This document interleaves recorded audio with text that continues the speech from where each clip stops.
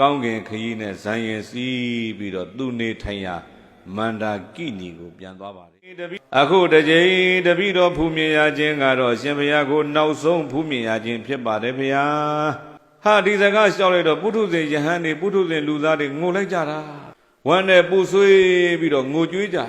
အဲ့ဒီငိုကြွေးကြတဲ့ပရိသတ်ကြီးကိုရှင်ကွန်းနေကြမငိုကြနဲ့မငိုကြနဲ့မြတ်စွာဘုရားရှင်ကိုတော်မြတ်ကြီးကယုံနန္တမသင်္ခါရတွေရဲ့မမြဲခြင်းသဘောဆင်းရဲခြင်းသဘောစိုးမရခြင်းသဘောတွေဟောပြီးတော့ထားပြီးပဲဒီယုံနန္တမသင်္ခါရတွေနဲ့ပေါင်းစုံရခြင်းဟာနောက်ဆုံးကိုယ်ကွင်းရခြင်းပဲအဆုံးသတ်တယ်ဆိုတာဘုရားကအကျဉ်းချင်းဟောပြီးပြီပဲအဲ့တော့မြတ်စွာဘုရားတရားလက်မလွတ်ကြဘဲနဲ့နေထိုင်ကြဖို့ပရိသတ်တွေတရားပြပြီးတော့မှကောင်းကင်ခရီးနဲ့ဇန်ရင်စီးပြီးတော့သူနေထိုင်ရာမန္တာကိနီကိုပြန်သွားပါလေအဲ့ဒီညမှာတခါတည်းပွင့်လိုက်ကြတာ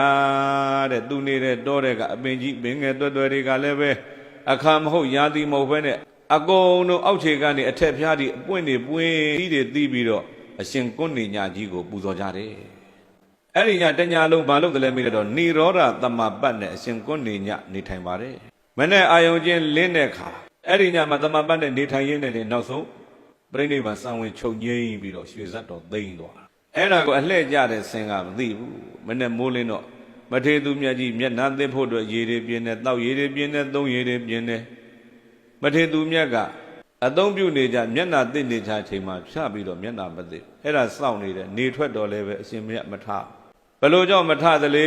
အလှဲ့ကြတဲ့ဆင်ကပူလိုက်တာသူနေတဲ့ကျောင်းသင်္ကန်းလေးလှည့်ပါပြီးတော့ဟိုလိုကြည့်လိုက်ဒီလိုကြည့်လိုက်လှည့်ပါပြီးကြည့်ရှားတယ်နောက်ဆုံးဘလို့မှလှုပ်ခြင်းလှဲ့ခြင်းမရှိတော့သိလိုက်တဲ့အခါသူ့ရဲ့နှာမောင်းတဲ့ရှင်ကွန်းနေညရဲ့နှက်ခေါင်းလေးကိုသွားပြီးတော့ဝင်လေထွက်လေရှိမရှိစမ်းသပ်ကြည့်လိုက်တာ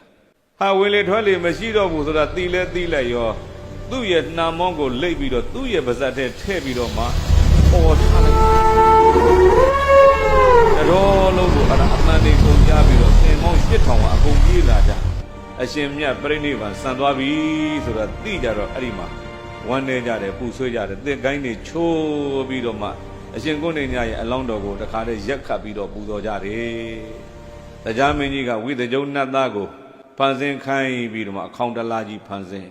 စင်တွေကအဲ့ဒါကိုသူတို့ရဲ့အကြီးဆုံးစင်ရဲ့ထက်မှာတင်ပြီးတော့လှည့်လေပူဇော်ကြစင်တွေရဲ့လက်ထက်ကမှနတ်ပြည်ကလည်းပဲတာဝရိန္ဒတုတိတာယာမနေမနရတိနတ်ပြည်ဆက်ဆက်နတ်တွေကလည်းပူဇော်ကြနောက်တက်ကဗျမ္မာတွေကလည်းပဲပူဇော်ကြပန်းရနတ်တွေရဲ့နတ်ဒီ